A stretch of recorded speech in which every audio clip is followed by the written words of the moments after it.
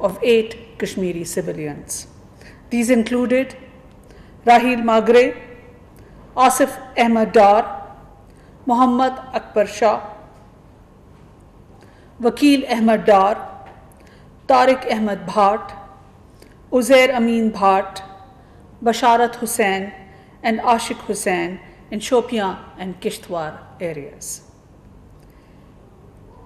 It needs to be reminded once again that the Indian-occupied Jammu and Kashmir is an internationally disputed territory, and any violations of international law, killing, use of brute force, arresting people, and blocking of communication services and the internet constitutes violations of international laws. Pakistan is also concerned at the increasing persecution of journalists in the Indian-occupied Jammu and Kashmir, including that of Masarrat Zahra, Pirzada Ashik, and the renowned journalist and political commentator Gohar Gilani on concocted and baseless charges. In this context, the executive director of the Amnesty International recently stated that the harassment and intimidation of journalists through draconian laws such as the UAPA threaten efforts to address the COVID-19 pandemic and creates an atmosphere of fear and reprisal. This severely undermines the human rights guarantees of the people of Jammu and Kashmir and denies the people in India and around the world the right to know." Unquote. It is also deeply disconcerting that the discriminatory and anti-Muslim policies and practices of the RSS-inspired BJP government persist even as the COVID-19 pandemic unfolds. A systematic campaign is unfortunately underway to demonize Muslims who face increased exclusion as well as the threat of mob violence. The OIC, in its recent statement, has expressed deep concern of rising sentiment.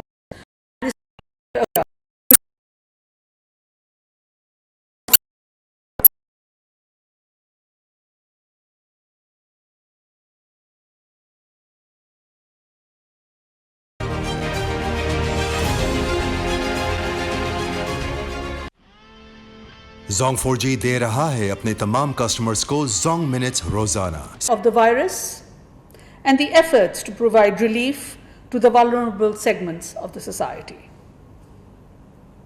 The Prime Minister also thanked President Trump on the US support at the IMF and other multilateral fora that would assist Pakistan in mitigating the effects of the COVID-19 pandemic. Subsequent to Pakistan's proposal, a video conference of SAARC member states is being held today to discuss the COVID-19 pandemic, where Special Assistant to the Prime Minister for Health, Dr. Zafar Mirza, will lead the Pakistan delegation. Besides ministers and senior officials, the meeting will be attended by Secretary General of SAARC, His Excellency Isala Ruwan Weerakan. This virtual meeting takes forward Pakistan's earlier initiative to host the SAARC Health Ministers meeting, which has assumed urgency in view of the COVID-19 pandemic. In addition to exchanging updates on the status of national containment efforts, the conference will also deliberate on ways to promote deeper cooperation to combat the crisis, including through strengthening disease surveillance, sharing best practices, building national capacities, coordinating research efforts, and promoting regional and international linkages.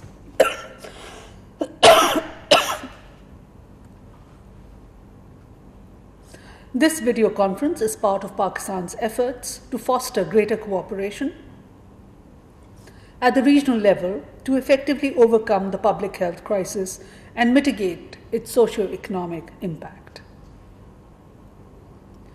In the wake of COVID-19 outbreak and as part of the national effort, under the direction of the Foreign Minister, the Ministry of Foreign Affairs and all our missions abroad continue to provide our overseas communities with relief and assistance wherever required. Food rations are being provided by all missions abroad to those in need, as well as any financial assistance where needed. Repatriation of our nationals back home also continues as per the comprehensive and phased plan developed in coordination with all stakeholders. In the past few days, as part of the third phase of repatriation plan that commenced from 20th till the 28th of April, 81 nationals were repatriated from South Africa, Botswana, Swaziland, Mozambique, and Lesotho. This also included 31 Tablighi members.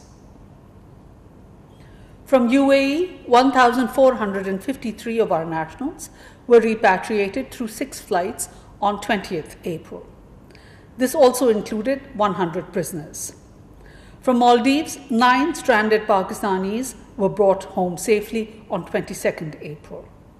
So far, the total number of our nationals brought back home in the third phase of the repatriation plan stands at 5,079. In addition to this, in the last few days, 41 stranded Pakistanis were brought back home from India through the Wagah border.